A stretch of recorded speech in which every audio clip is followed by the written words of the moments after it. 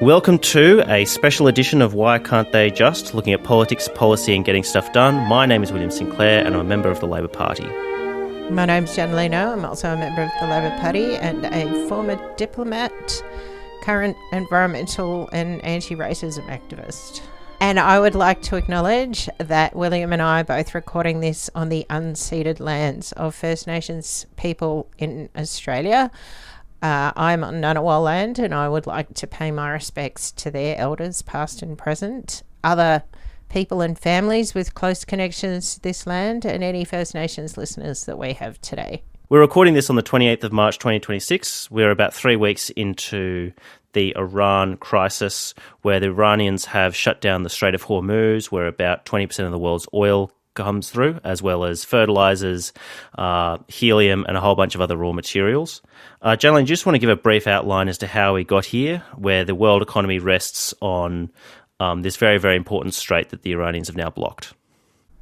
Yeah, well, how we got to the point where so much of the world's essential goods comes through the Strait of Hormuz is a very long and complex story. And honestly, I think it's one of those things that happened organically through times when nobody really thought this was going to happen.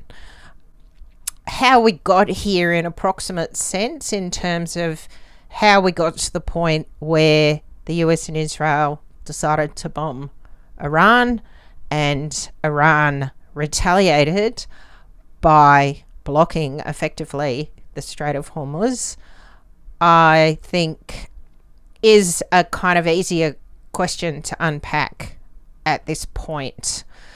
So the US was in a negotiation with Iran after the attacks on Iranian nuclear facilities by the US and Israel in August of 2025. And William, you and I did a podcast on that and the legality or otherwise of those actions. The US was in negotiations with Iran over its nuclear ambitions. In the middle of those negotiations, Benjamin Netanyahu, the Prime Minister of Israel, persuaded Donald Trump, the President of the United States, that Iran's capacity for developing nuclear weapons and, importantly, its imminent purchase of some Chinese missile carriers, which may have significantly increased its capacity to deliver any nuclear missiles, was of such an overwhelming and imminent threat that the US and Israel had to bomb Iran. Marco Rubio, the US Secretary of State at the time, said, we had to do this because Israel was going to attack Iran, and then Iran was going to attack us back, and therefore we had to attack Iran first as a preemptive defensive strike. If you find that logic to be baffling, I share your confusion, because that really makes no sense to me. In all of the wargaming that the US has done over several administrations, going back at least to the Obama administration, whenever the US has, or the US kind of military and intelligence establishment have done any kind of scenario planning on what would happen if you actually tried to shut down the Iranian nuclear program by force, they have come up with a scenario that says Iran blocks the Strait of Hormuz, everything gets very ugly, Iran effectively holds the global economy hostage, and therefore no US administration until this one has done that. And that includes the first Trump administration. So the reason that the Obama administration in 2015 negotiated and concluded the Joint Comprehensive Partnership otherwise known as the JCPOA or the Iran nuclear deal, under which Iran got some limited sanctions relief in exchange for very rigorous inspections of all of its nuclear facilities by the International Atomic Energy Agency, which reported to the UN Security Council and to the other parties of the JCPOA, which included all of the permanent members of the United Nations Security Council plus the European Union and Germany. That deal was actually working. The IAEA said they had complete visibility of all of Iran's nuclear supplies, all of its enrichment processes. They were very, very confident that they knew exactly what Iran was doing, where everything was, and what their plans were. Donald Trump came in his first administration and blew up the deal. He basically said, no, it's a rubbish deal. Don't like it. I have to say, Netanyahu, from the beginning, has argued that the JCPOA was a rubbish deal. He has been urging the US to take military action against Iran for many, many years. The reason I think the Obama administration went for the diplomatic solution was because, as I said, they did the wargaming and discovered that Iran actually had the means to hold the global economy hostage to any hostilities from the US. So under Trump 1, he blew up the deal. Iran then went off and started enriching more uranium, except this time not under any kind of supervision. And meanwhile, North Korea was developing its own nuclear weapon. So I think Iran probably learnt from that, you know, we should probably start enriching to the point where we can actually have a nuclear weapon in the future. So in August this year, as we noted in our podcast, the US and Israel bombed a number of Iranian nuclear facilities. At that stage, Donald Trump said, we've smashed Iran's nuclear facilities, we've obliterated it, total victory. They're never going to be able to do any kind of nuclear activity ever again because we've destroyed it. So it seems very contradictory, to say the least, to then come up in February and say, oh, we have to bomb Iran because they are about to get a nuclear weapon, even though a few months ago we claimed to have obliterated all of its nuclear capacity. I suspect what happened is over our summer, there were a lot of really serious protests in Iran. There was a huge amount of civil unrest because of the economic situation. The regime was very, very much on the back foot. It was looking very weak, very precarious. There were a lot of calls for the overthrow of the regime. Those protests eventually were met with absolutely brutal repression. There are estimates that potentially up to 30,000 people were killed by their own government and its security forces. So pretty awful. I suspect the Netanyahu government saw an opportunity where the Iranian leadership looked very weak, and they thought, well, if we strike now, we can actually cut the head off the snake and, you know, deal with Iran as a security threat to Israel once and for all. Now, there is no question that Iran has been a security threat to Israel for a very, very long time. For the last 40 years, they have been calling for the eradication of Israel, and, you know, some members of the Iranian leadership have called for the eradication of all Jews. They have funded Hezbollah, Hamas, the Houthis in Yemen. They've stoked and encouraged civil war in Lebanon, Yemen, and Syria. So, you know, this is not a nice regime. They were a security threat, but there was nothing about February that made them more unusually threatening than they had been before.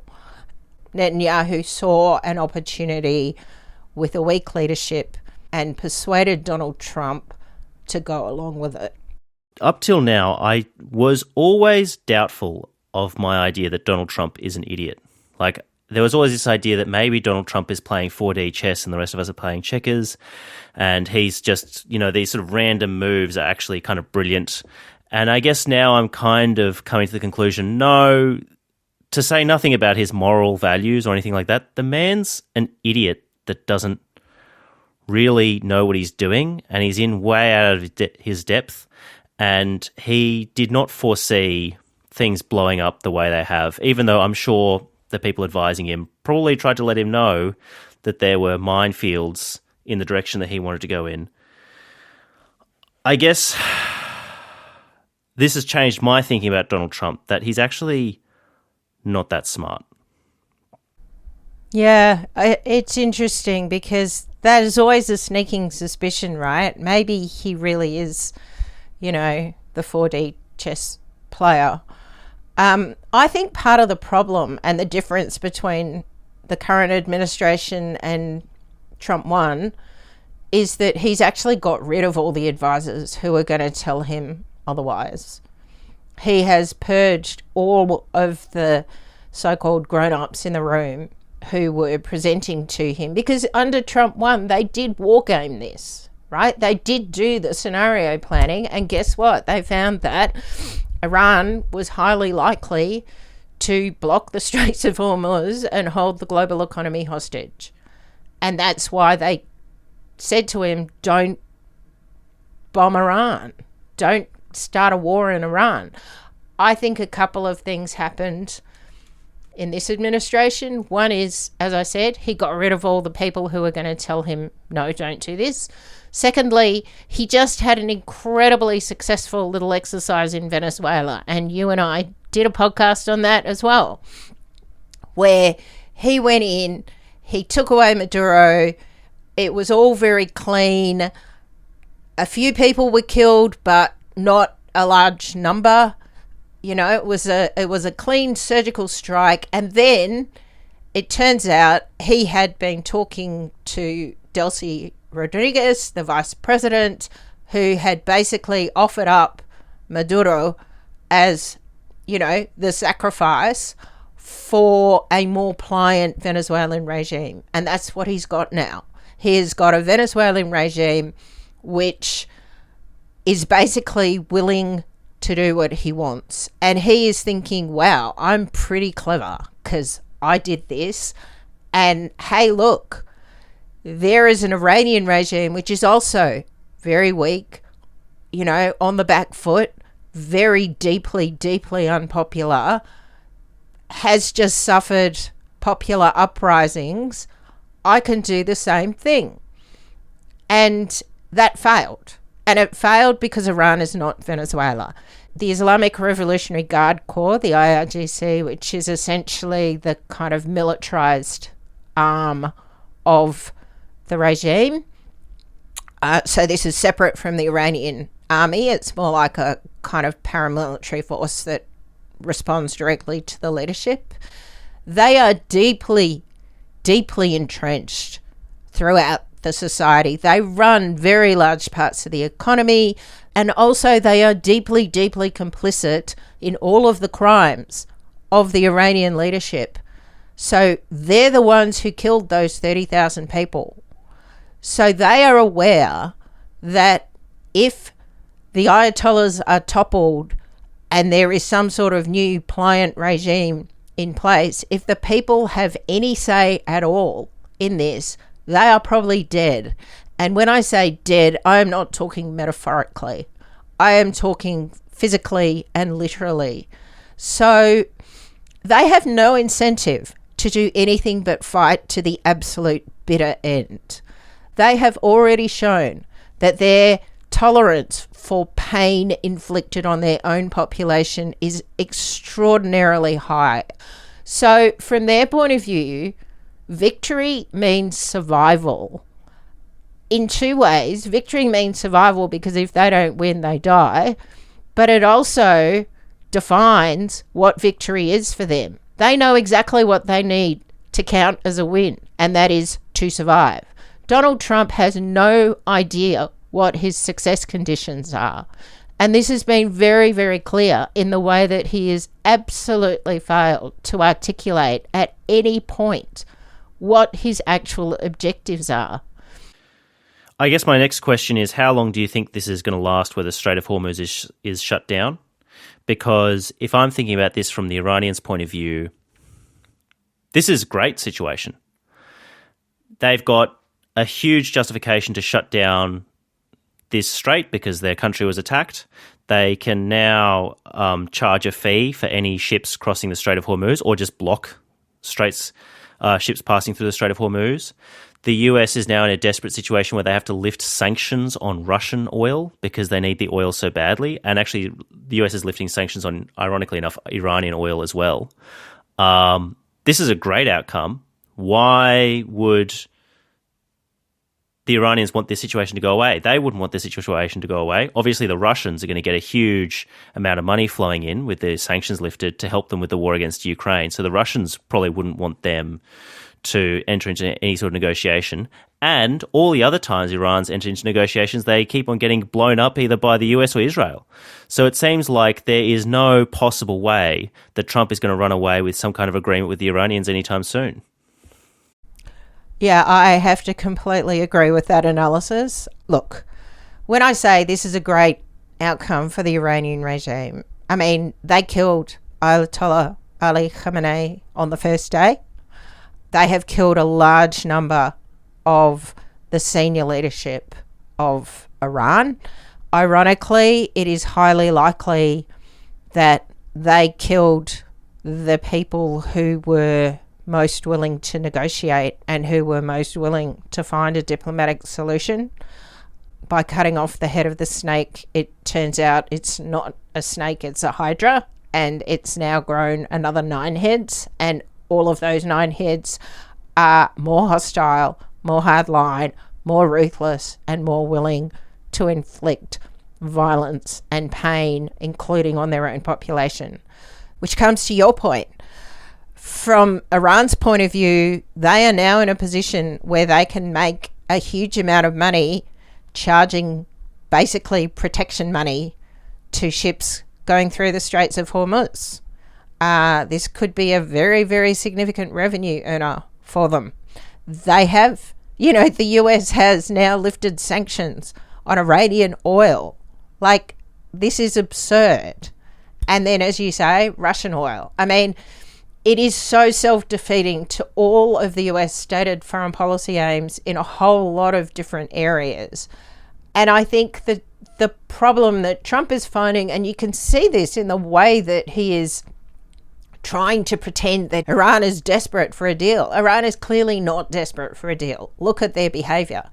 Are they behaving as though they're desperate for a deal? Not so much. Who is behaving like they're desperate for a deal? Oh, that might be Donald Trump, because he realises that US petrol prices are going through the roof. He is already deeply unpopular, and this war is even more unpopular.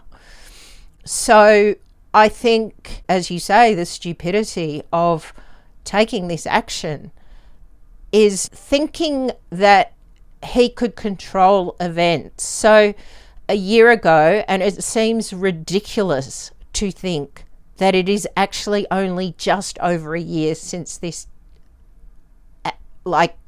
incredibly chaotic presidency started, right?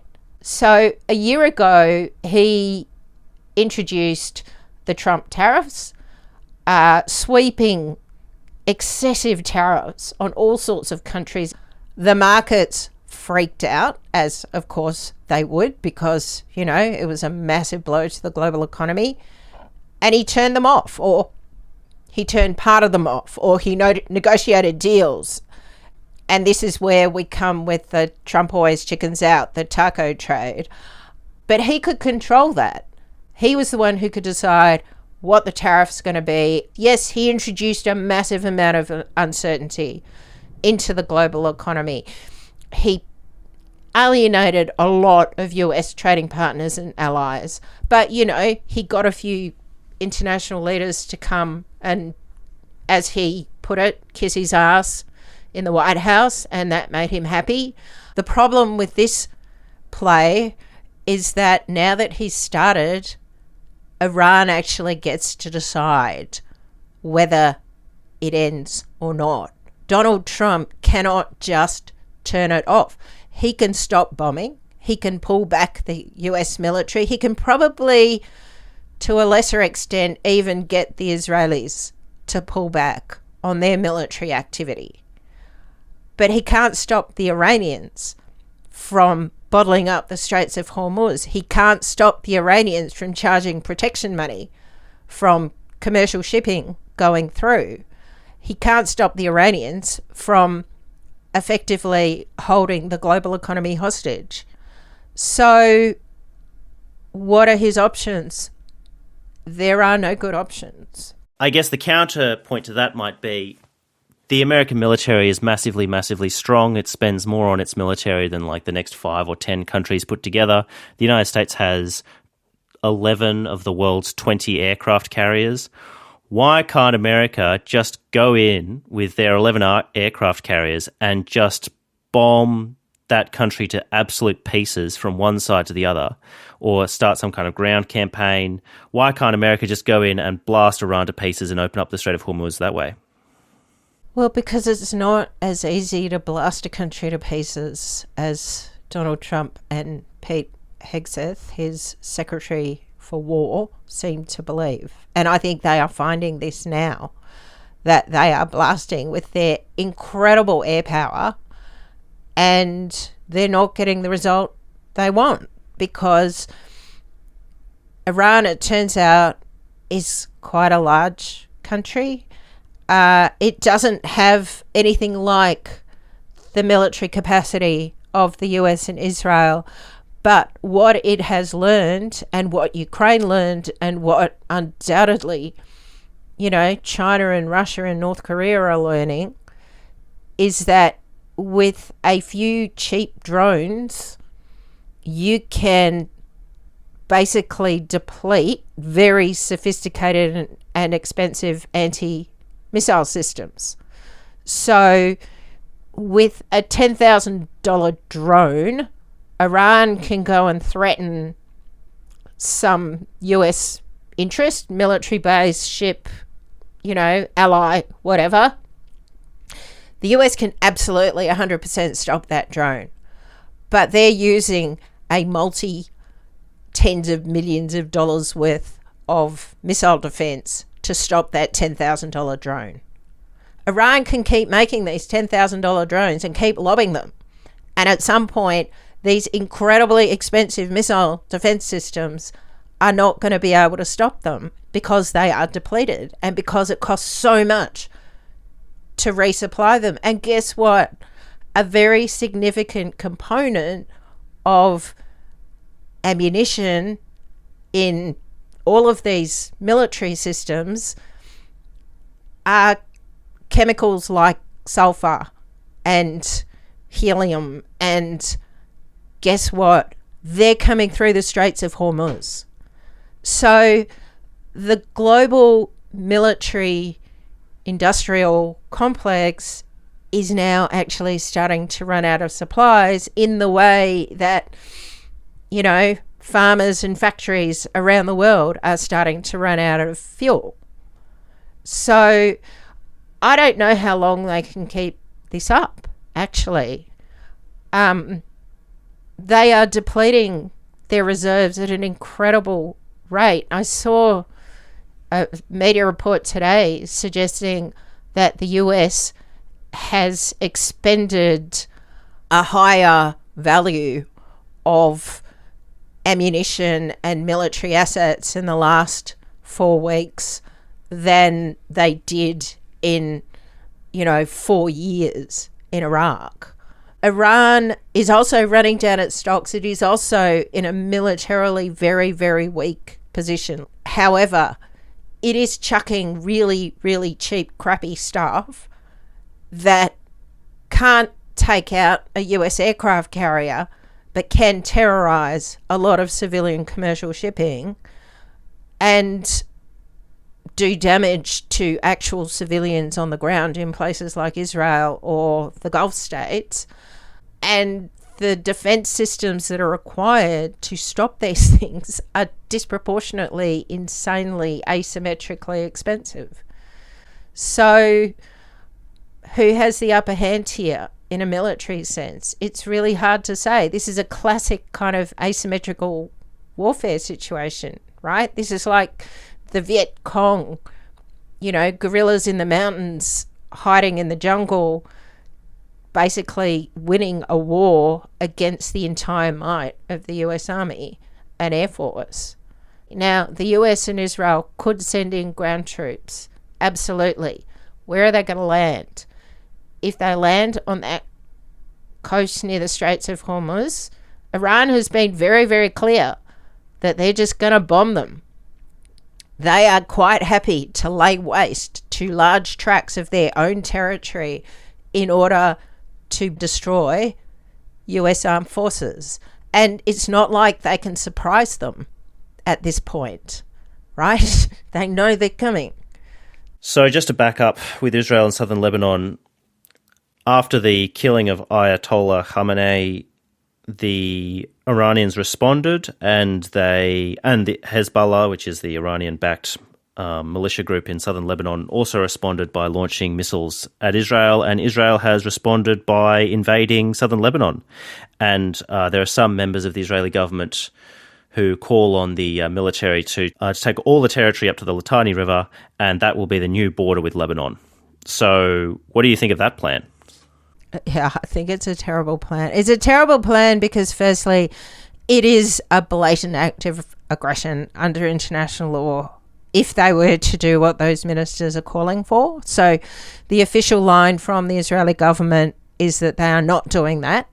The official line from the Israeli government is that they are clearing the area of Hezbollah, and the reason for that is defensive, because they want to ensure that those villages in northern Israel are safe. Now, we can have a conversation about proportionality, because an important component of the laws of armed conflict is that the actions that you take in pursuit of a military objective are proportionate to securing that objective. In other words, minimize the amount of pain for civilians and non-military targets.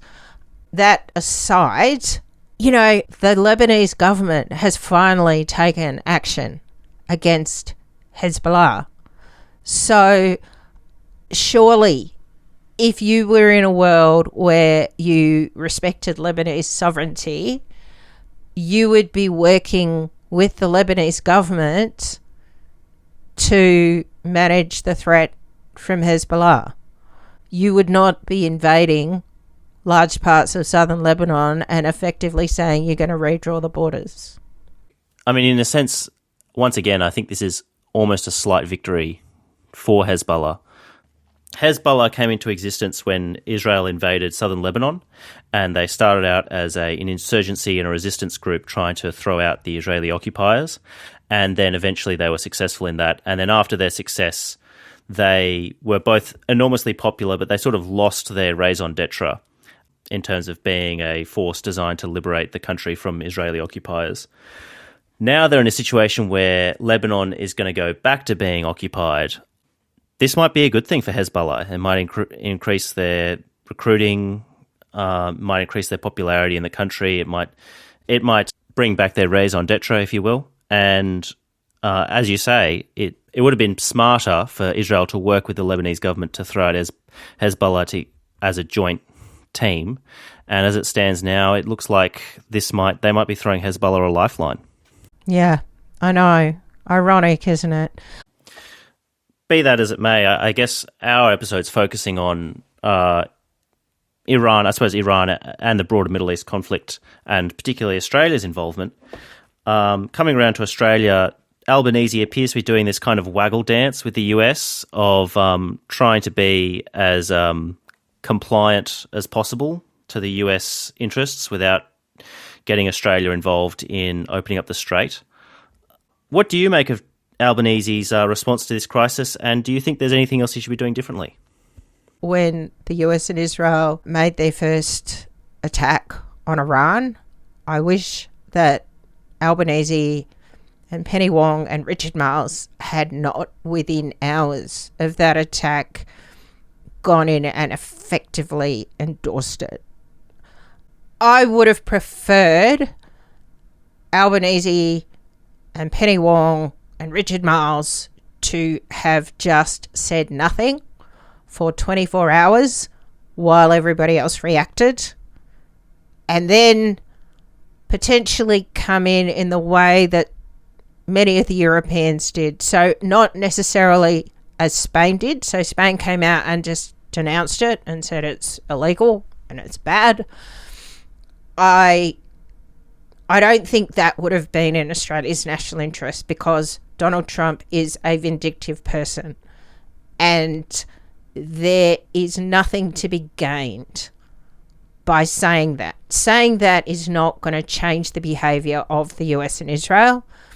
Saying it might, however, bring retaliation unnecessarily on Australians through trade measures or whatever. So that is a thing that I wish they did differently. Other than that, I think they have actually been quite measured and quite reasonable. Sending the Wedgetail surveillance aircraft to the UAE at the UAE's request for defensive purposes in the UAE was a reasonable thing to do. And the UN Security Council also passed a resolution condemning Iran's attacks on the Gulf states and effectively endorsing defensive action against Iranian attacks on the Gulf states, right? So this is all, in my view, unequivocally legal under international law. And even if you weren't prepared to accept the legality of the defence argument, the fact is the UN Security Council has now effectively endorsed that. So I think in that respect, the government has been quite reasonable. They have signed on to a statement by a number of other countries saying that they will act to try to reopen the Straits of Hormuz and to try to find a resolution to this crisis. The other signatories of that, as well as the Albanese government, have made very clear their view that a diplomatic solution is their principal preferred tool for achieving that resolution. They have deliberately stayed away from promising any kind of military solution.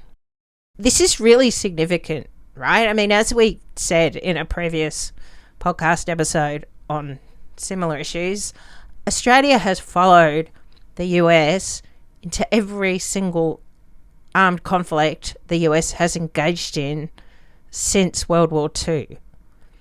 So Australia not being part of this is actually quite a big deal. It is quite a big, very loud articulation of Australia's independence in foreign policy. So I think to all those people who say, oh, Australia's just going to do whatever the US says, I mean, then clearly they haven't. I'm actually going to push back on the wedge-tailed surveillance aircraft. My understanding is that the Iranian Shahed drones managed to blow up some radio towers in the Gulf states, and what the wedge-tailed aircraft does is it kind of is a replacement to sort of spot Iranian missiles and drones going in to blow up Gulf infrastructure as a kind of a replacement. I suppose my opposition to that plan is it means that we are involved in this conflict, at least as the Iranians would see us as involved in this conflict. If we're providing surveillance aircraft to protect infrastructure which the US and friends may use to attack Israel, then that means that we are kind of involved. And Australia's downplaying how involved we are, possibly for domestic audience purposes. Yeah, I don't buy that at all. I don't think Iran cares what Australia's doing. Iran, let's also remember, has actively planned and actually carried out violent acts of terrorism on Australian soil recently. Now, having said that, I think the fact that Australia has been very, very scrupulous about what this aircraft is doing, what purpose it is there for, and whom it is trying to defend, means that it is not. I mean, to say that, oh, well, Iran is attacking these things because Israel and the US are attacking Iran, and therefore protecting these things means that we're kind of involved on the side of the US and Israel, I think is a very long bow. If we were going to be engaged on the side of the US and Israel, we would be doing what John Howard did in Iraq, right? We would be actually going in there trying to reopen the Straits of Hormuz. We are not doing that. We have explicitly said we don't want to do that. So I think doing what Australia is currently doing with respect to the UAE, and specifically in response to a request from the UAE to do a thing that has been endorsed by the UN Security Council, as in defend the Gulf states, who are third parties to this conflict, from Iranian attacks, I think is quite different from being involved in the principal hostilities. So I actually think this is a reasonable thing for the Australian government to do. I mean, you know, you can have a debate about whether the UAE is a great ally of Australia, right? They've done some nice things to our travellers. They've also been involved in some pretty awful human rights abuses, both within the UAE and also in terms of their sponsorship of certain unsavoury militias in places like Sudan. But I think on the face of it, and in terms of the current bilateral relationship, and in terms of the endorsement by the UN Security Council, I am comfortable with that extent of Australian involvement in terms of its legality. So the Strait of Hormuz crisis has revealed how fragile Australia's energy system is. I mean, basically, we rely on energy that we import from elsewhere, which is a problem because that means that Australia's energy is dependent. Australian energy for farming, for people, you know, driving in their cars, all this energy is dependent on a very fragile geopolitical situation, which can change.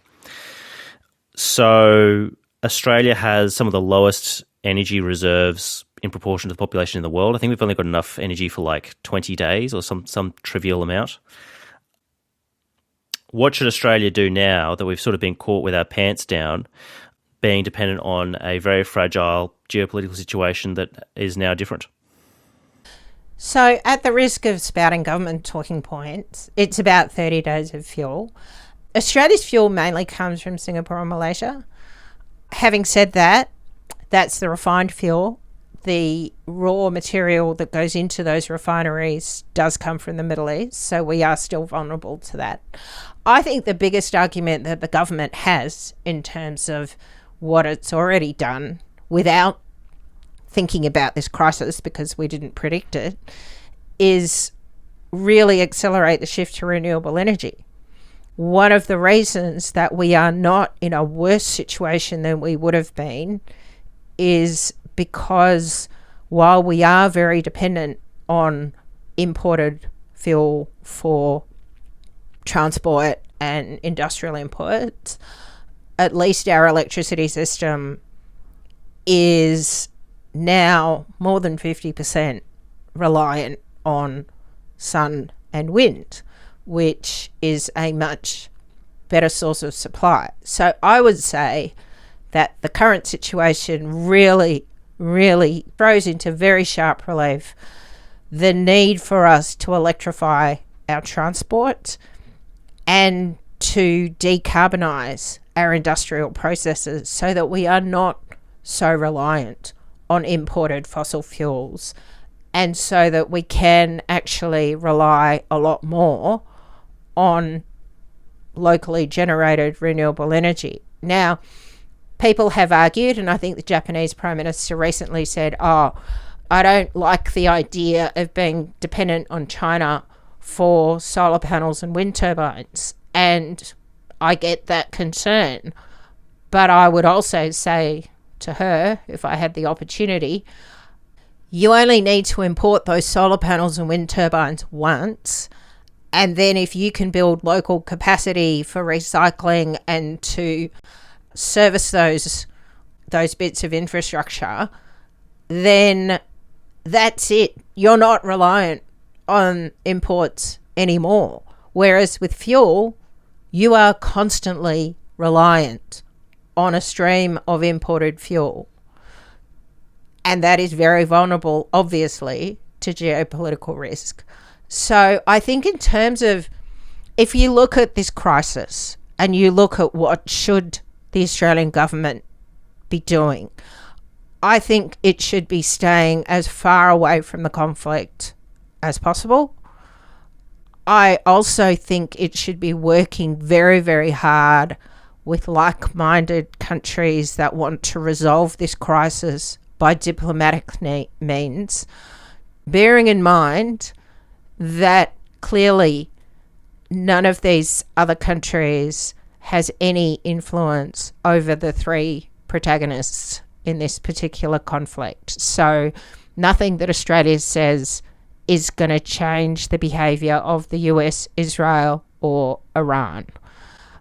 Having said that, we also really, really, really need to be looking very hard at our domestic policy measures, firstly to protect our own people from the terrible economic consequences.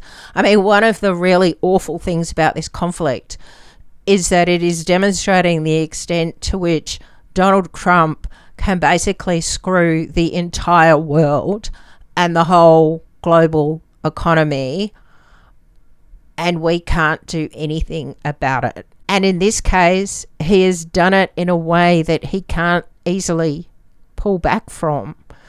So I hope that the Australian government continues to work with the Europeans, with Latin Americans, with India, with China, to look at ways of creating the off-ramps that will lead to some kind of resolution that will enable the global economy to start the process of recovery. Because the other thing is, as we said in a previous episode about the destruction of US soft power, destruction is asymmetric. You can destroy a thing very quickly and it takes years to rebuild it again.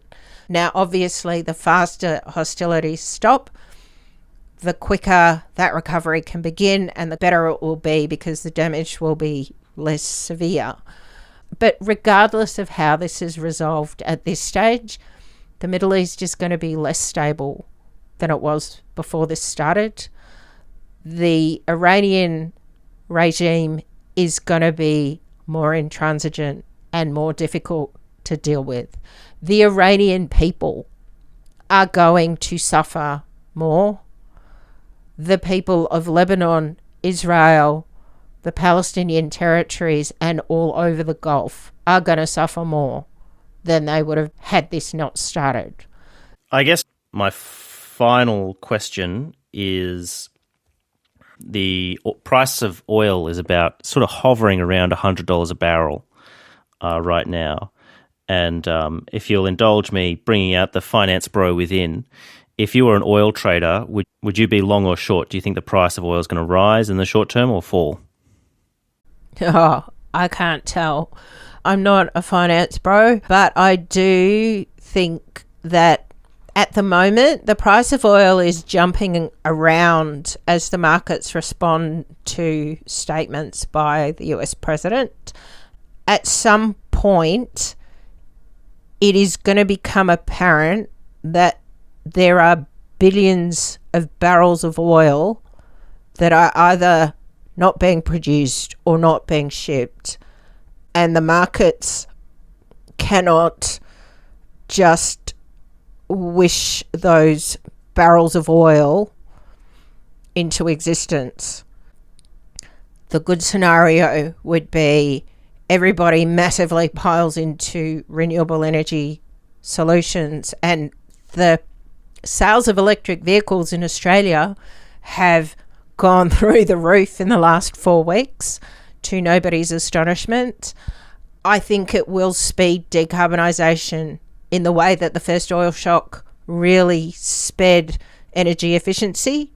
Having said that, if you take the laws of supply and demand and you take into account that there are billions of barrels of oil that won't exist in a few weeks compared to what would have existed had this conflict not happened, then I can only see one direction for the price of oil. Given this situation, I think this is a perfect opportunity for Australia to make sure that our policies are very firmly geared towards promoting decarbonisation and towards accelerating decarbonisation. I think this is a really good opportunity for the government to look at all of that, to address those issues in a way that improves equality, improves opportunity, and accelerates decarbonisation.